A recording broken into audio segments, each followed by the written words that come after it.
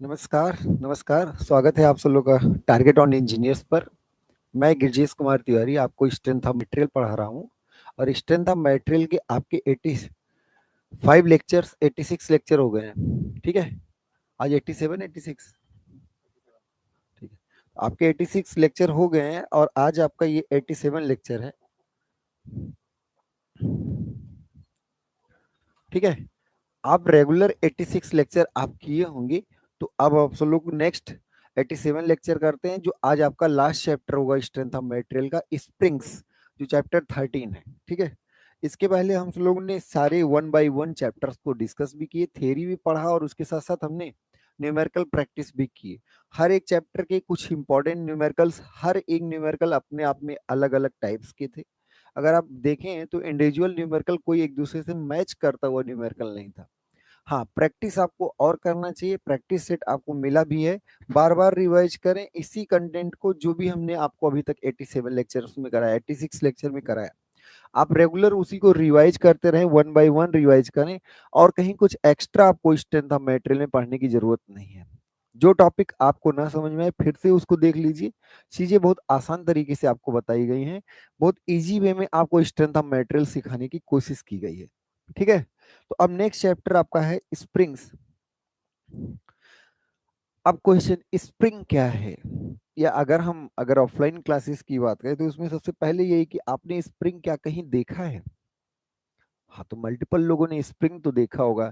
Spring कई जगहों पर आपको मिल जाएगा। एग्जाम्पल के तौर पर अगर हम जनरल साइंस में देखें तो जनरल में आपको पेन में मिल जाएगा, टिप टॉप पेन में, टिक टॉक पेन जो रहता है उसमें आपको स्प्रिंग मिल जाएगा। रेलवे कैरेज में आपको मिल जाएगा, या फिर अपने आप बाइक के सॉकर में देख सकते हैं, या जिसके पास फोर व्हीलर हो फोर व्हीलर के सस्पेंशन सिस्टम में देख सकते हैं।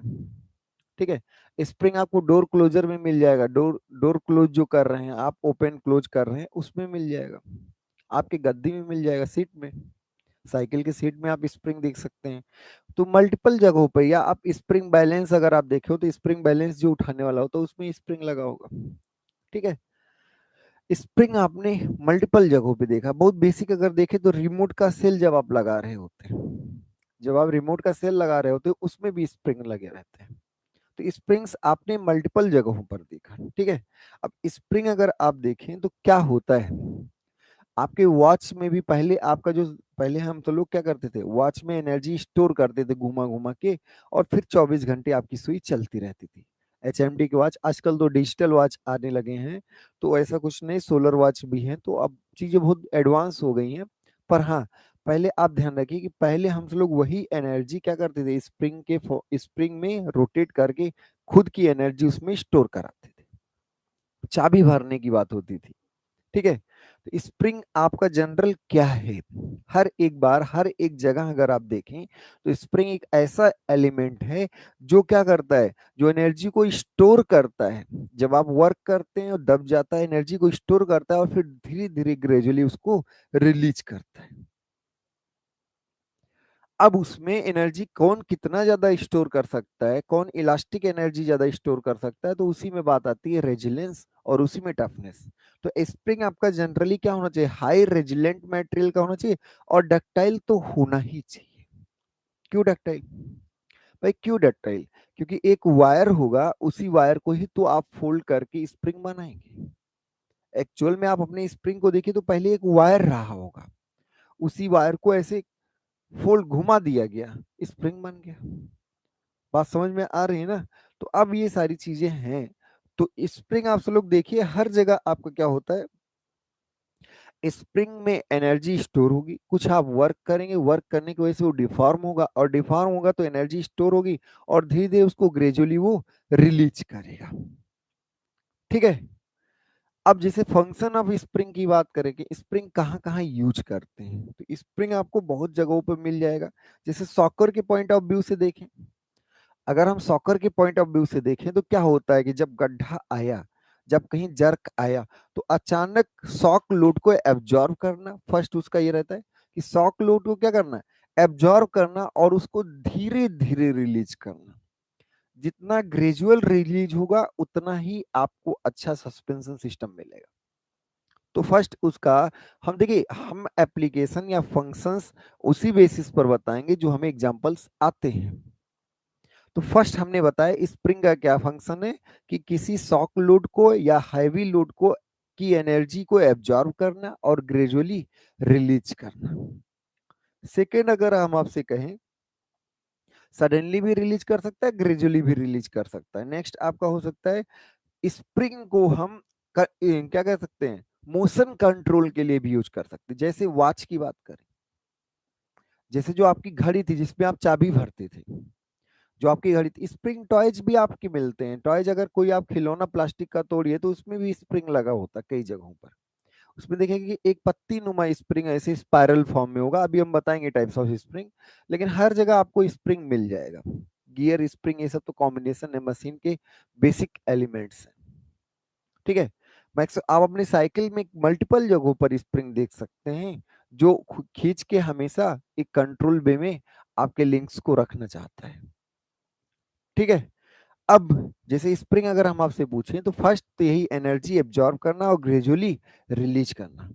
सेकेंड वन इज दैट कि इन case of watches, spring watch अगर आप देखें तो उसमें क्या होता है कि हम एक बार चाबी 24 घंटे में भर देंगे। अब अगर चाबी 24 घंटे में एक बार भर दिए तो वो एनर्जी स्टोर करेगा और उसी एनर्जी को धीरे धीरे रिलीज करते हुए कंट्रोल में सेकंड वाली सुई घुमाएगा, मिनट वाली सुई घुमाएगा और आवर्स वाली सुई घुमाएगा। तो मतलब क्या है कि स्प्रिंग एक तरीके से मोशन को कंट्रोल करने के लिए यूज किया जाता है, मोशन को कंट्रोल करने के लिए यूज किया जाता है। बात समझ में आ रही? आगे हम अगर आप देखें तो स्प्रिंग फोर्स मेजर करने के लिए भी होता है।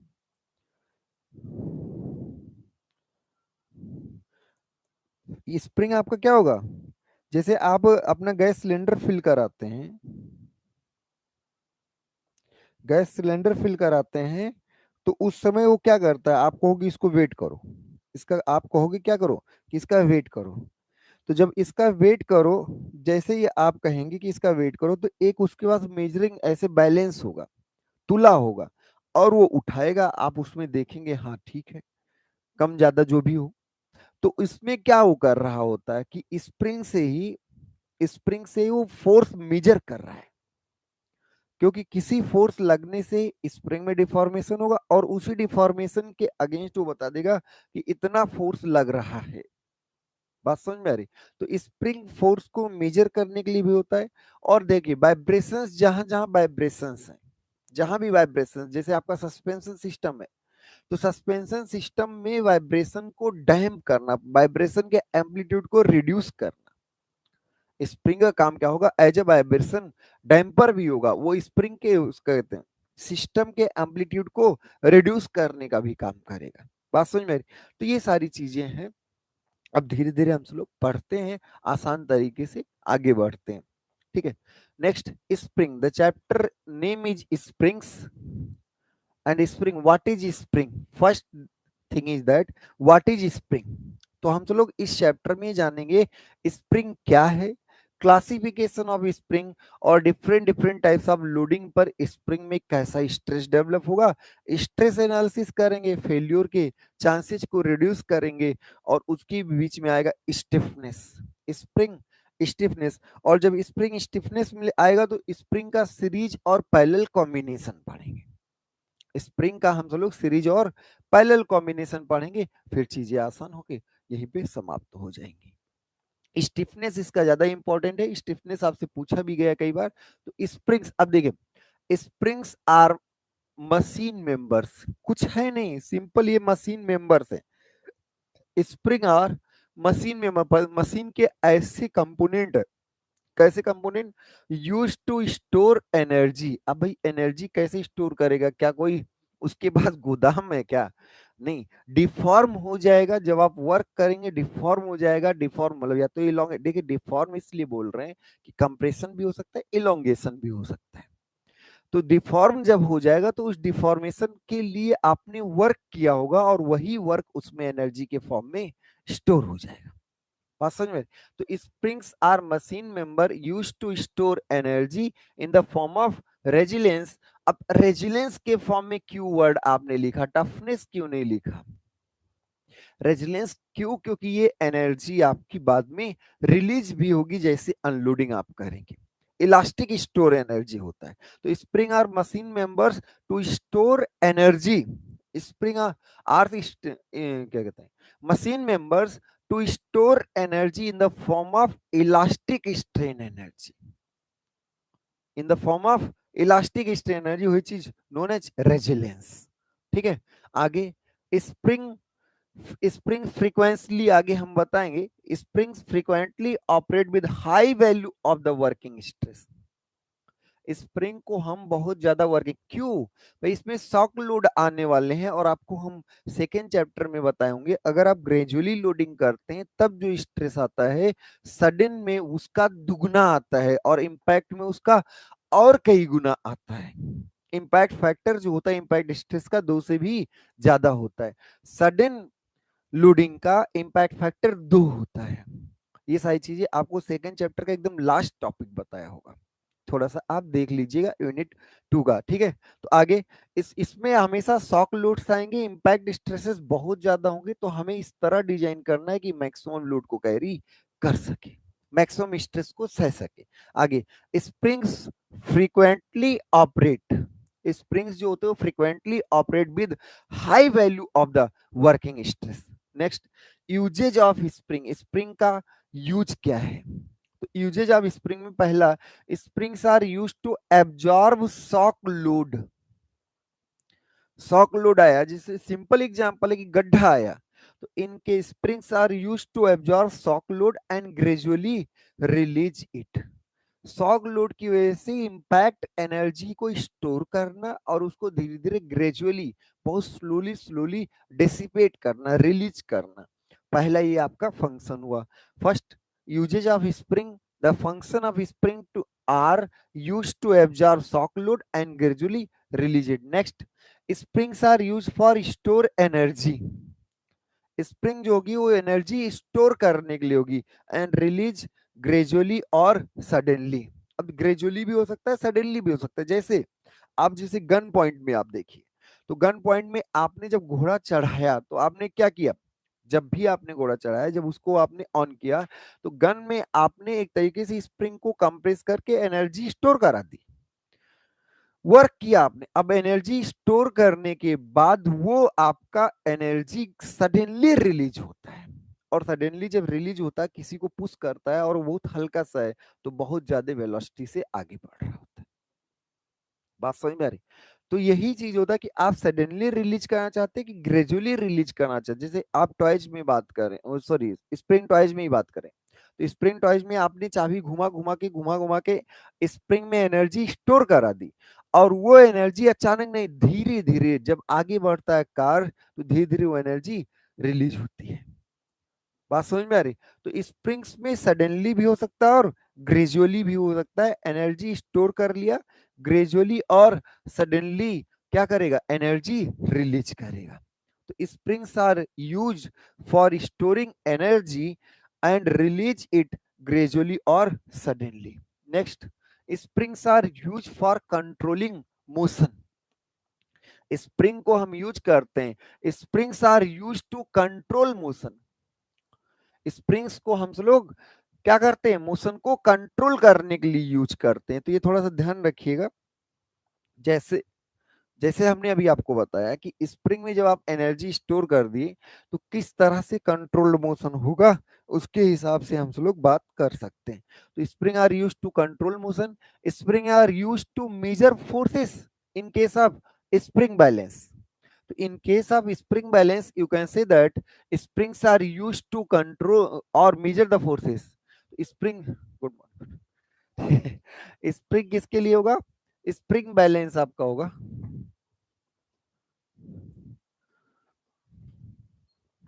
स्प्रिंग बैलेंस आपका क्या करेगा, फोर्स को मेजर करेगा। स्प्रिंग बैलेंस आपका फोर्स को मेजर करेगा।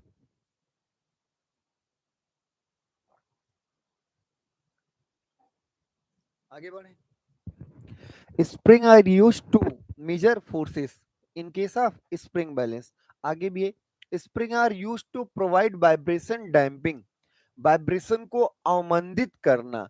डैम्पिंग मीन्स मतलब क्या होगा, reduction of amplitude, reduction of amplitude of vibration. तो एम्पलीट्यूड ऑफ वाइब्रेशन को क्या करना, रिड्यूस करना। ये भी आपका स्प्रिंग का काम है इन case of soccer, you can see that in case of soccer. अब नेक्स्ट आपका है प्रॉपर्टीज ऑफ स्प्रिंग मटेरियल। आप खुद बताइए कि क्या प्रॉपर्टी होनी चाहिए। तो ये क्या होना चाहिए, टफ होना चाहिए। ऐसा नहीं कि भाई आपने उसको ऑपरेट किया और एनर्जी उसमें स्टोर करने की क्षमता ही नहीं है। टफ और डक्टाइल होना चाहिए। Properties of the spring material, the material should be tough.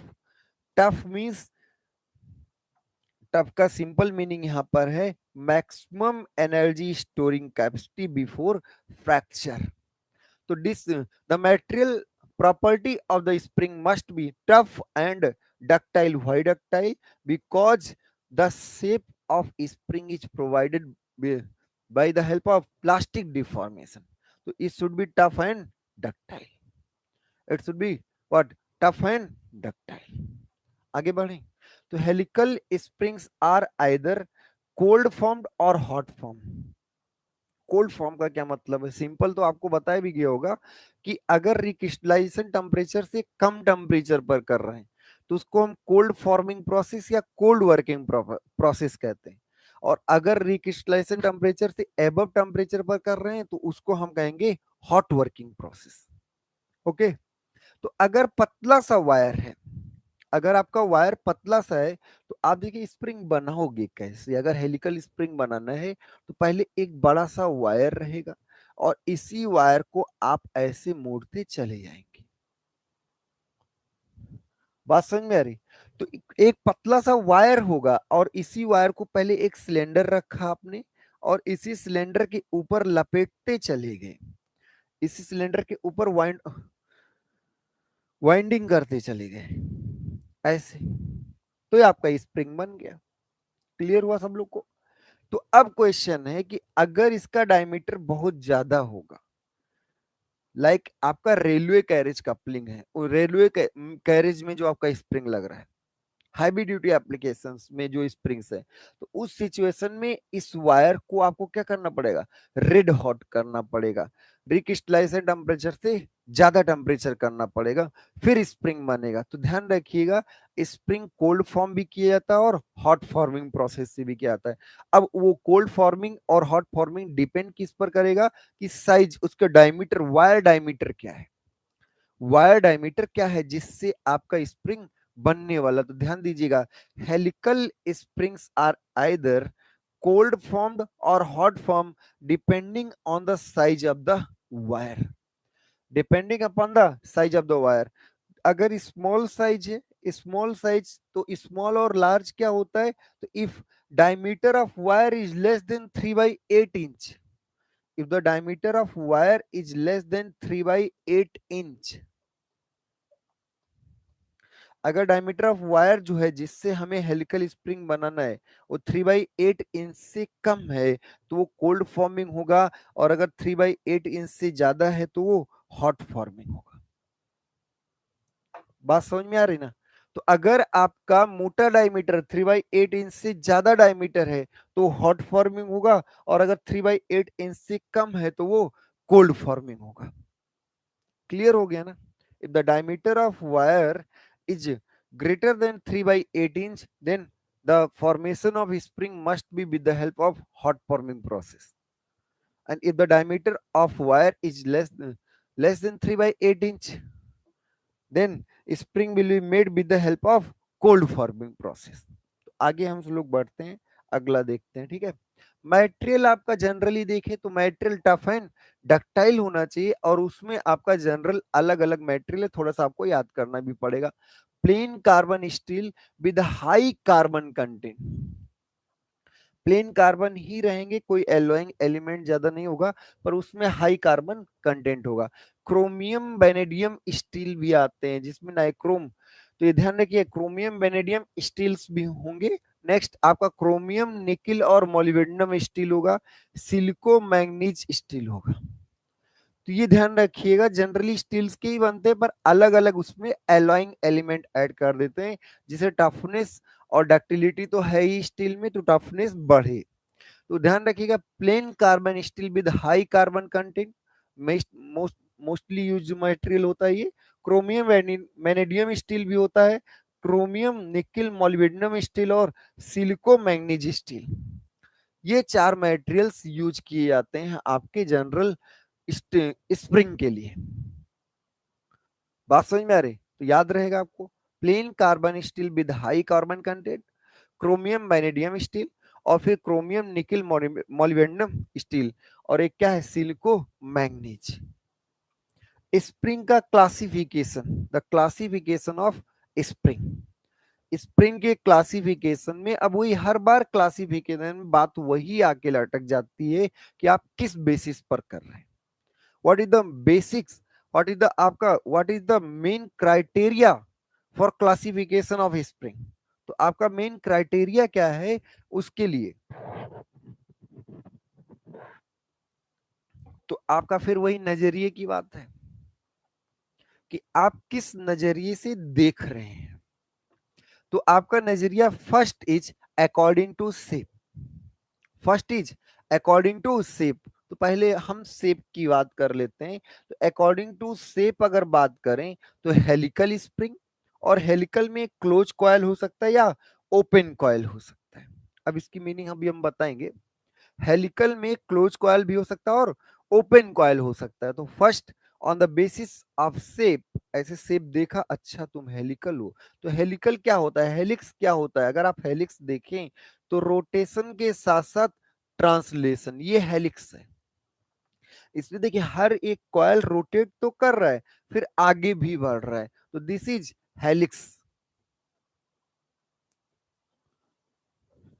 तो helix, what is the meaning of helix, the path और द शेप और the way, the path or the shape or the way on which there is rotation as well as translation along the axis of rotation।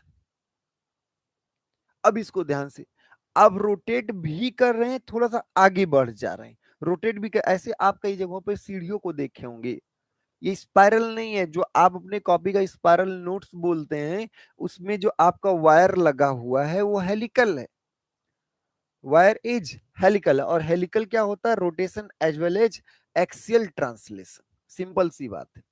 अब इसमें close coil और open coil क्या होता है, तो close coil का मतलब कि सारे कॉइल्स पास पास हो, सारे कॉइल्स बहुत पास हो। अभी बहुत पास कैसे डिसाइड होगा वो हम बताएंगे अभी। तो ये आपका सारे कॉइल्स अगर पास पास हो तो क्लोज कॉइल, क्लोज मतलब पास, और अगर यही दूर दूर हो, गैप इसमें हो, जब इसमें गैप हो, तो जब गैप ज्यादा होगा तो ओपन कॉइल। अब जनरली अगर बात करें सारे कॉइल्स पास पास हैं तो उसको टेंसाइल की सिचुएशन में यूज करेंगे। जब टेंसाइल, अगर आप अपनी बाइक की सॉकर में देखेंगे तो वो ओपन कॉइल है, उसमें गैप है ज्यादा। बात समझ में आ रही? तो ये ध्यान रखिएगा, जितने क्लोज कॉइल होंगे, जो क्लोज कॉइल होंगे मतलब कि कॉइल्स पास पास होंगे, उन सिचुएशंस में हम सब लोग टेंसाइल लोड के लिए यूज करेंगे। मोस्टली ऐसा नहीं है कि नहीं कर सकते, पर ये जनरली हम किसके लिए यूज करेंगे, टेंसाइल लोड के लिए। और अगर आपका ओपन कॉइल है, ओपन कॉइल है, अगर आपका क्या है, ओपन कॉइल है, तो उसको जनरली हम सब लोग कंप्रेसिव लोड के लिए यूज करेंगे।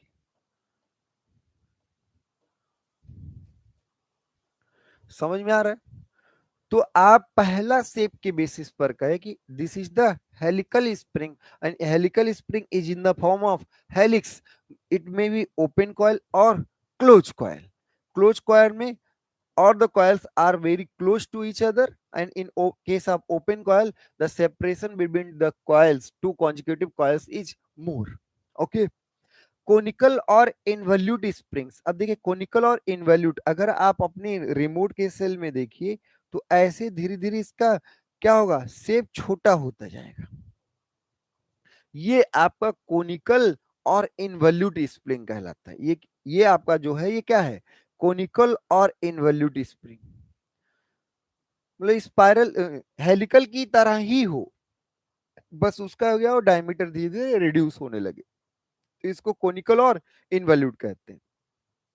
स्पाइरल स्प्रिंग्स की बात करें, अगर ऐसा स्प्रिंग आप देखें कि जिसमें एक ही प्लेन में, उसी प्लेन में आपका क्या हो रहा हो, उसी प्लेन, अब ये आपका देखिए, ये आपका प्लेट भी हो सकता है, एक रेक्टेंगुलर सीट, जैसे आप स्प्रिंग टॉयज में देखिए, तो स्प्रिंग टॉयज में ऐसे रेक्टेंगुलर सीट ऐसे लपेटी हुई रहती, इसमें आगे नहीं बढ़ना है, इसमें क्या है, आगे नहीं बढ़ना है, सिर्फ और सिर्फ, और ध्यान रखिएगा, स्पाइरल स्प्रिंग टॉर्सनल लोड के लिए होता है। स्पाइरल स्प्रिंग्स जो होते हैं वो किसके लिए, टॉर्सनल लोड के लिए होते हैं। ये स्पाइरल मतलब क्या है कि सेम प्लेन में रेडियस का बढ़ना, सेम प्लेन में, उसी प्लेन में क्या होना, रेडियस का बढ़ना, बात समझ में आ रही, तो उसी प्लेन में अगर आपका रेडियस बढ़ रहा है तो इसका नाम क्या होगा, स्पाइरल स्प्रिंग्स। क्लियर। अब नेक्स्ट आपका है लीफ स्प्रिंग। लीफ स्प्रिंग आप सब लोगों ने देखा होगा, कमानी जिसको बोलते हैं, पत्तीदार स्प्रिंग्स, एक पत्ती के ऊपर दूसरा पत्ती, दूसरी पत्ती, लीफ मतलब पत्तियां होती हैं, तो ये ध्यान रखिए इसको कमानीदार स्प्रिंग है, फुल इलिप्टिक हो सकता है, ऐसे इधर से इलिप्स, इधर से इलिप्स, ऐसे इलिप्टिक हो सकता है, और इस ऐसे इसके बाद यहाँ नीचे नीचे एक एक ऐसे लगता जाएगा, यहाँ भी ऐसे ऊपर लगता जाएगा, और ये आपका सेमी इलिप्टिक भी हो सकता है ऐसे, ठीक है, ये आपका सेमी इलिप्टिक और क्वार्टर इलिप्टिक भी हो सकता है, जिसको हम कैंटिलीवर कहेंगे, क्वार्टर इलिप्टिक क्या कहेंगे, कैंटिलीवर। तो on the basis of shape हमने देखा, first is helical spring, first is helical spring, there are two types of helical spring, one is close coil, second one is open coil. और conical spring में क्या होगा कि आपका helical जैसा होगा पर डायमीटर धीरे धीरे रिड्यूस करेगा। स्पाइरल स्प्रिंग में सेम प्लेन में आपका रेडियस इंक्रीज करेगा, और लीफ स्प्रिंग्स में आपकी ढेर सारी लीव्स होंगी। डिस्क स्प्रिंग भी आता है जो आपका रबर का होगा, डिस्क के शेप का होगा, सस्पेंशन के लिए डिस्क के शेप का होगा, रबर का जनरली होता है, ठीक है। ये एयर न्यूमेटिक्स के बेसिस पर काम करता है। क्लियर। तो अब आपको on the basis of shape थोड़ा सा आइडिया हो गया होगा। नेक्स्ट आपका है on the basis of application of load. तो अगर हम एप्लीकेशन लोड की बात करें तो टॉर्सनल स्प्रिंग भी हो सकता है और bending spring. Bending spring generally leaf spring होता है, लीफ स्प्रिंग में जो लोड आएगा वो बेंडिंग डेवलप करेगा, और हेलिकल स्प्रिंग्स में आपका टॉर्सन डेवलप होगा।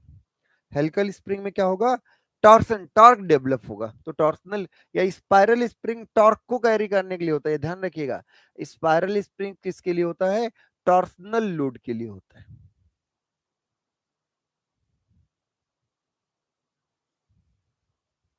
स्पाइरल स्प्रिंग किसके लिए होंगे, टॉर्सनल लोड के लिए। तो अब आप क्लासिफिकेशन समझ गए। अब हम तो लोग नेक्स्ट बढ़ते हैं, अगला। अब क्वेश्चन वही चीज लिखी हुई जो हम बात कर रहे हैं, the torsion spring is one.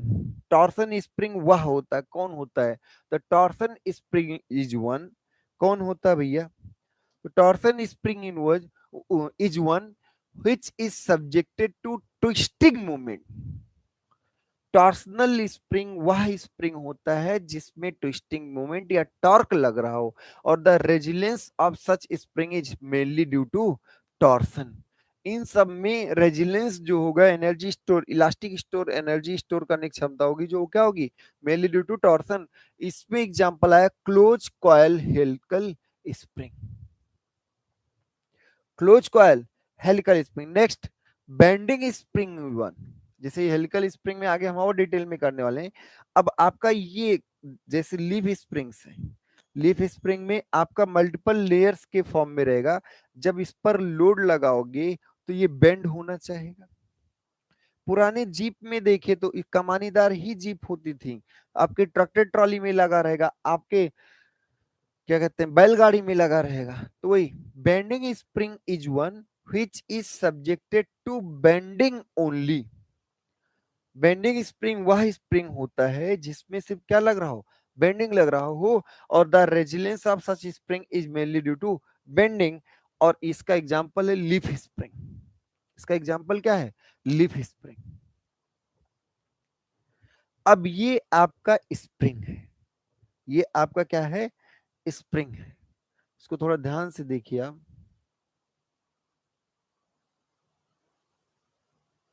अभी और चीजें हम पढ़ लेंगे बाद में।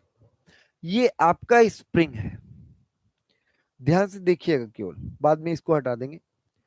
इसमें एक ऐसे वायर गया,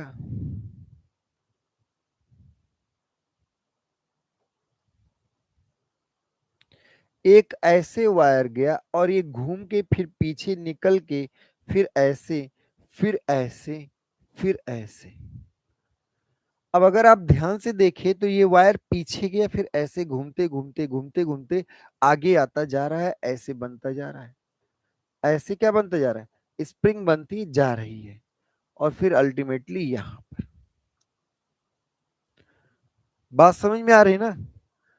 ये स्प्रिंग ऐसे है, मतलब एक वायर गया और ऐसे फिर लपेटता हुआ लपेटता हुआ लपेटता हुआ ऐसे आगे बढ़ा।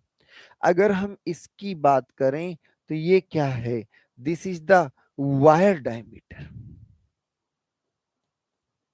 This is wire diameter. Wire diameter समझ में आया? ये यहां पर जो वायर मोटा सा है उसका डायमीटर, ठीक है। और यही वायर घूमता जा रहा है। अब देखिए, हर कोई वायर एक ही प्लेन में नहीं है। हर कोई वायर हर साइकिल में थोड़ा सा आगे बढ़ता जा रहा है। और अगर आगे बढ़ता जा रहा है, अगर आगे बढ़ता जा रहा है, आप सिंपली देखते जाइए ऐसे। अगर आगे बढ़ता जा रहा है तो ध्यान रखिए कुछ ना कुछ तो झुका होगा, कुछ ना कुछ तो क्या होगा? झुका होगा। ये गारंटी है, इसमें कोई रोक भी नहीं सकता। तो अब क्वेश्चन क्या है कि आपने इसके परपेंडिकुलर एक लाइन ड्रॉ की, एक तो इसके टेंजेंट लाइन, इसी के क्या किया आपने? टेंजेंट लाइन ड्रा किया। और एक्सिस की बात करें तो एक्सिस यही तो है जो अंदर अंदर ऐसे जा रही है। एक्सिस के परपेंडिकुलर एक लाइन आपने क्या किया? ड्रॉ किया।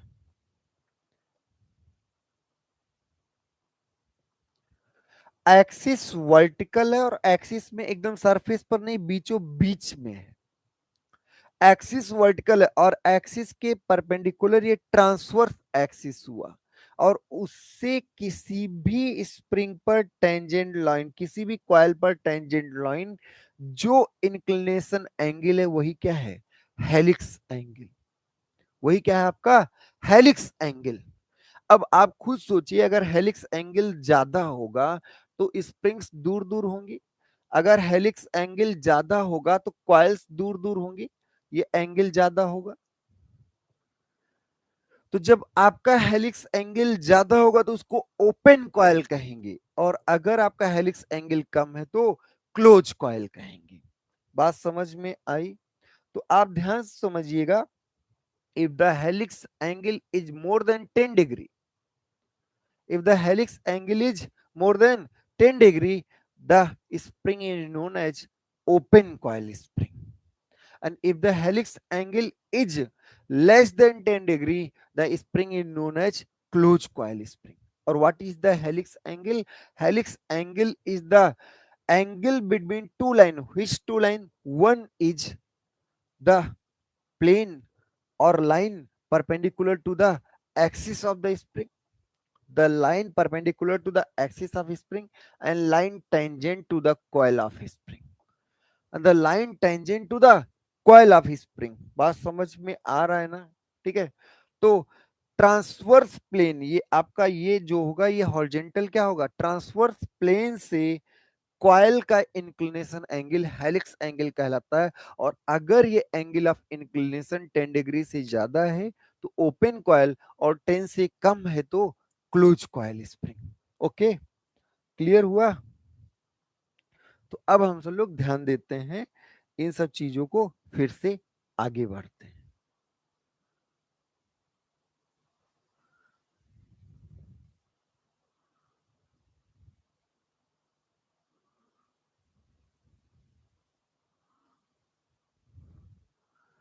ठीक है,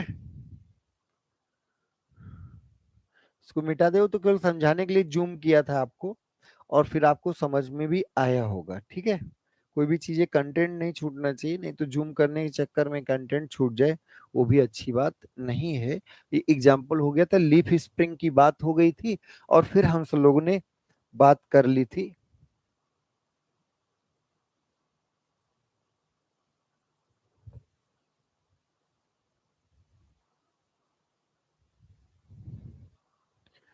चलिए, ठीक है, द एंगल ऑफ इंक्लिनेशन, बहुत इंपॉर्टेंट बात है, इसको इंपॉर्टेंट मार्क करिएगा क्योंकि पूछा भी गया है। ठीक है, इंपॉर्टेंट मार्क करिएगा और पढ़िएगा। द एंगल ऑफ इंक्लिनेशन, झुकाव कोण, the angle of inclination of coil with the plane perpendicular to the axis, with the plane perpendicular to the axis of spring is called helix angle। Coil का, coil का, ये coil है और किससे, axis से perpendicular plane से बना कोण ही हेलिक्स एंगल कहलाता है। The angle inclination of the coil, coil का, the angle of inclination of coil, coil का with the plane perpendicular to the axis, plane perpendicular to the axis से spring, इसके perpendicular, axis के perpendicular plane से coil का inclination angle ही क्या कहलाता है, हेलिक्स एंगल। एकदम सिंपल सी बात। If the alpha, if the helix angle is less than 10 degree, तो सारे कॉइल्स पास पास होंगे, the spring is known as close coil, and close coil springs are generally used for for carrying, to carry, क्या करने के लिए आपका काम होगा, जब आप पास पास होंगे तो दबा तो आपको सकते नहीं, तो to carry the tensile load, to carry the tensile load,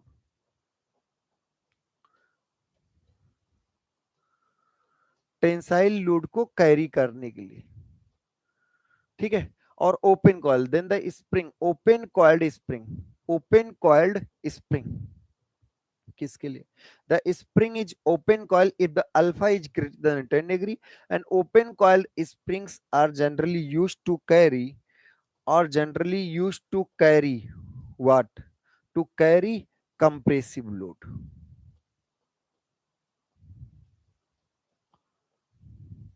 are used to carry compressive load।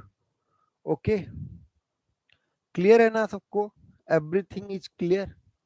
तो अब आगे हम सब लोग बढ़ सकते हैं, अब आगे तो बढ़ सकते हैं ना। ठीक है, हेलिकल कंप्रेशन स्प्रिंग, कंप्रेशन मतलब open coil spring, compression spring अगर लिख दिया गया, इसका मतलब क्या है, ओपन कॉइल स्प्रिंग,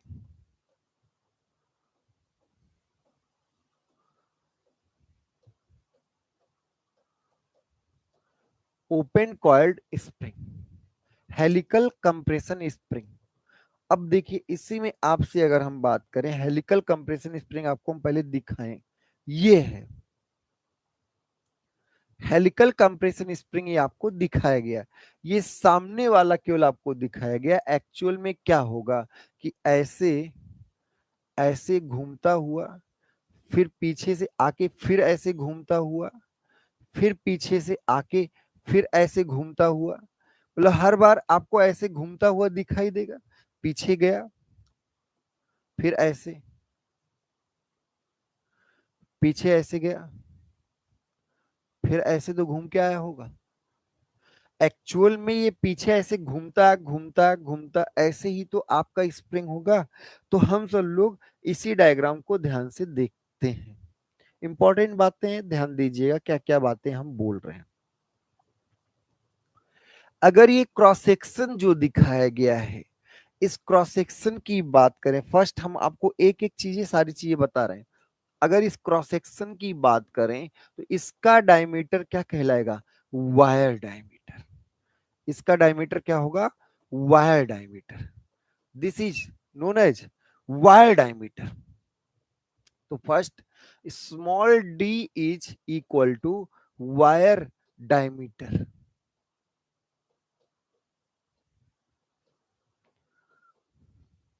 ओके, ये क्लियर हो गया। अब इसी में अगर हम एकदम बाहर बाहर की बात करें, एकदम बाहर की बात करें, तो ये क्या होगा? Outside coil diameter.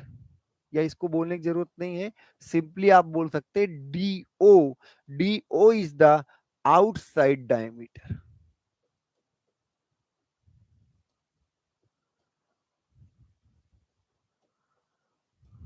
और एकदम अंदर ये पूरा गैप होगा, ये पूरा गैप होगा, तो ये क्या हो गया? Inside diameter. ये पूरा गैप रहेगा, इसे आप टच करते जाएंगे तो ये पूरा इतना हॉलो रहेगा ऐसे, तो ये क्या कहलाएगा? Inside diameter. अब अगर हम यहां ध्यान से देखें तो यहां पर आपको डी आई क्या है? D I is the inside diameter, या इसी को कोर डायमीटर भी बोलते हैं। इनसाइड या इसी को core dia.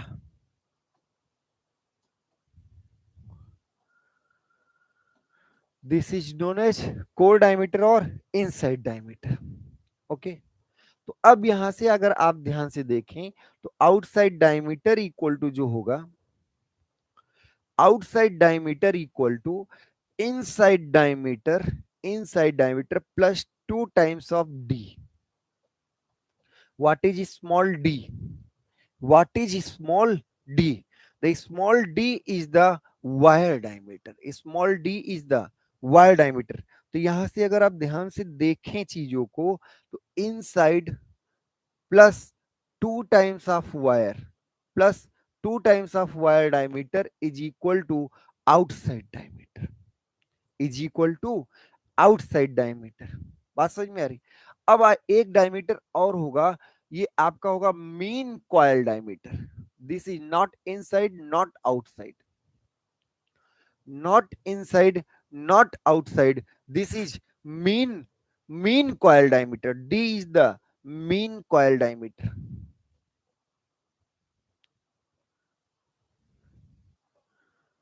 Mean coil diameter, इसको थोड़ा सा ध्यान से देखिएगा जो बात हम आपको बताएंगे। तो D is, capital D is the small, क्या होगा? Capital D is the mean coil diameter, capital D O is the outside diameter, outside diameter is equal to inside diameter plus 2 times of wire diameter, and capital D is the mean coil diameter, and mean coil diameter equal to, अब ध्यान से देखिए जो जो बातें लिखने जा रहे हैं, mean coil diameter equal to inside diameter, inside plus 2 times of आधा of wire diameter. Wire diameter का आधा 2 बार जोड़ दीजिए तो आपको मिल जाए, तो यहां से आया mean coil diameter equal to inside diameter, mean coil diameter equal to inside diameter plus wire diameter, plus wire diameter. Mean mean mean coil diameter equal to inside diameter plus 2 times of half of wire diameter, और half का 2 times किए तो आपका equal आ गया। ऐसे अगर हम mean coil diameter पूछें तो mean coil diameter equal to outside diameter, outside में से आधा और आधा 2 बार घटा दो, तो outside minus 2 times of wire diameter by 2। देखो भाई देखो, इधर से वायर डायमीटर, इधर से वायर डायमीटर, तो इतना घटा दो, इतना घटा दो, तो mean coil diameter equal to inside diameter में 2 बार D W D wire by 2 क्या कर दो? ऐड करो, या फिर आउटसाइड में, आउटसाइड डायमीटर में वायर का घटा दो। तो यहां से एक और बात आती है कि mean coil diameter equal to outside diameter, mean coil diameter equal to outside diameter minus wire diameter. ठीक है, अल्टीमेट बातें आपको हम एक साथ लिखा दे रहे हैं क्योंकि ये सब चीजें पूछी जाती हैं। डी क्या है? Wire diameter, D is the wire diameter, D I is the inside, inside coil diameter, di is the inside coil diameter, do is the outside coil diameter, do is the outside coil diameter, ठीक है, d is the mean coil diameter, d is the mean coil diameter, and mean coil diameter equal to inside diameter plus wire diameter, mean coil diameter equal to outside diameter minus wire diameter, and mean coil diameter equal to inside diameter plus outside diameter by 2। तो ये तीन फार्मूले आपके आते रहते हैं तीनों। अब ये देखिए, आप पहले शुरू के दोनों को जोड़ के देखिए तो तीसरा ऑप्शन आ जाएगा, mean coil diameter equal to, देखिए इनसाइड आउटसाइड से भी बहुत मतलब रहेगा नहीं, स्प्रिंग को छुइए, बाहर बाहर डायमीटर, आउटसाइड अंदर अंदर इनसाइड, पर मीन जो है वो दोनों का एवरेज है। और यहीं से एक नया टर्म आता है स्प्रिंग इंडेक्स, इसी में एक नया टर्म आता है स्प्रिंग इंडेक्स। और स्प्रिंग इंडेक्स जो होता है वो होता है capital D by small D, इसको सी से रिप्रेजेंट करते हैं और सी का मान capital D by small D होता है। इन जनरल सी का रेंज जो होगा वो 4 से ज्यादा या कम और इससे 12 से कम बराबर है।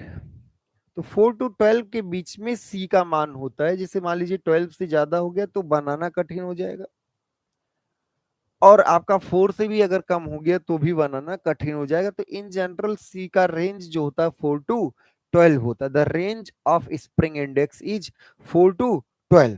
ओके, तो यहां तक हम सब लोग ने चीजों को कर लिया। एक नया टर्म आता है स्प्रिंग स्टिफनेस। तो स्टिफनेस बहुत पहले से हम सब लोग खेल रहे हैं, स्टिफनेस हम सब लोग बहुत पहले से ही पढ़ रहे हैं, फिलहाल थोड़ा सा और पढ़ लेते हैं, कोई बात नहीं। पिच क्या है, इसमें अगर पिच क्या है तो पिच की बात कुछ नहीं करना है यार, किन्हीं दो लगातार, कोई दो लगातार कॉइल लिया और उनके सिमिलर पॉइंट, जैसे इसका सेंटर लिया तो इसका सेंटर लिया, के बीच का जो डिस्टेंस होता है वही क्या होता है, पिच होता है। ऐसे ये भी पिच है, this is also pitch and this is also pitch. हमने क्या किया, एक इसका सेंटर लिया तो इसका सेंटर लिया, किन्हीं दो लगातार टू कॉन्जिक्यूटिव क्या होना चाहिए, कॉइल्स के सिमिलर पॉइंट्स के बीच का डिस्टेंस पिच है। टू कॉन्जिक्यूटिव कॉइल्स के, दो लगातार कॉइल्स के सिमिलर पॉइंट्स के बीच का डिस्टेंस क्या है, पिच है। ठीक है, तो अब हम सब लोग पढ़ लेते हैं pitch, what is pitch. Pitch पढ़ लेते हैं, distance measured parallel to the axis of the spring, not beam, axis of the spring, या distance along the axis of the spring, one thing along the axis of the spring, the distance measured parallel to the axis of spring between corresponding point of spring wire। corresponding का मतलब ही क्या हुआ, similar points of spring wire। Similar points का किसके, spring के axis के along, the distance measured parallel to the axis of spring between two corresponding point of the spring wires is known as pitch. तो pitch कुछ नहीं है, दो लगातार सिमिलर पॉइंट्स के बीच का डिस्टेंस ही है। अगला डी अगर आपका डायमीटर ऑफ स्प्रिंग वायर हो और कैपिटल डी आपका मीन डायमीटर ऑफ स्प्रिंग हो, कैपिटल डी जो आपका हो क्या हो, मीन डायमीटर ऑफ स्प्रिंग हो, डी आई क्या हो, inner diameter of the spring, D O आपका क्या हो, outer diameter of the spring. ये सारी चीजें हम आपको बता चुके हैं।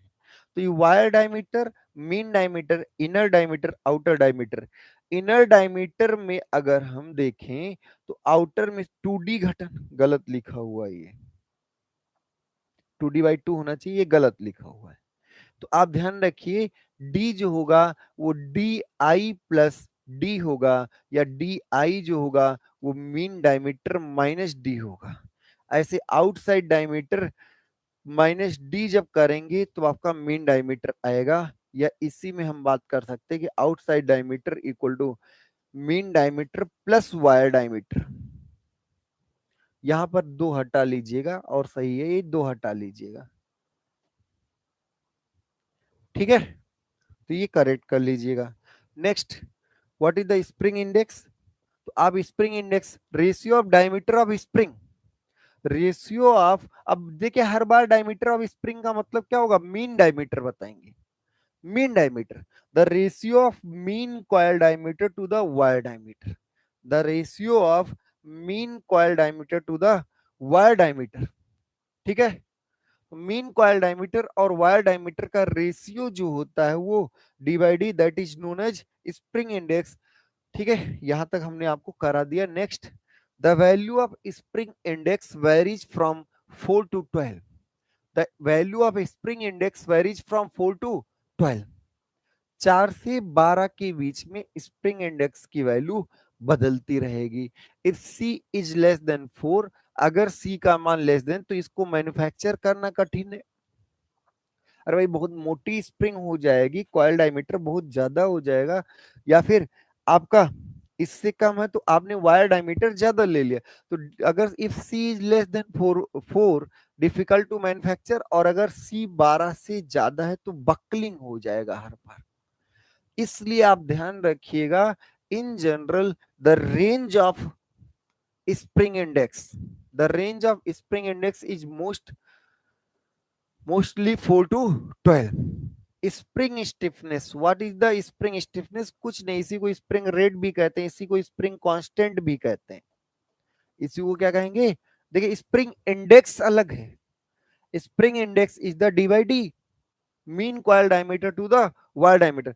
पर अगर आपसे पूछा स्प्रिंग कांस्टेंट, तो स्प्रिंग कांस्टेंट या स्प्रिंग स्टिफनेस आपसे पूछा है, सब एक ही बात है। स्प्रिंग कांस्टेंट, स्प्रिंग स्टिफनेस, जो कि डब्ल्यू बाई डेल्टा, मतलब क्या है, load upon deformation, load upon deformation, the ratio of load to the deformation, newton per mm या न्यूटन पर मीटर, जैसा भी आपने मात्रक लिया हो, the ratio of load, the ratio of load to the deformation, the ratio of load to the deformation is known as spring index, spring rate, या फिर spring कॉन्डेक्स, sorry spring index नहीं, spring constant, spring rate, या फिर spring stiffness. Okay, तो आज के lecture को हम लोग यहीं पर समाप्त करते हैं। फिर आगे के लेक्चर्स में हम लोग स्प्रिंग को और डिटेल में पढ़ेंगे, इसकी लोड एनालिसिस पढ़ेंगे, फिर उसी में सीरीज और पैरेलल कॉम्बिनेशंस की बात करेंगे।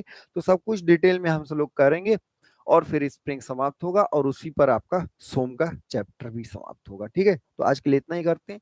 आप सब लोग खुश रहें, मस्त रहें, सब लोग अपना ख्याल रखते रहें। बहुत बहुत धन्यवाद।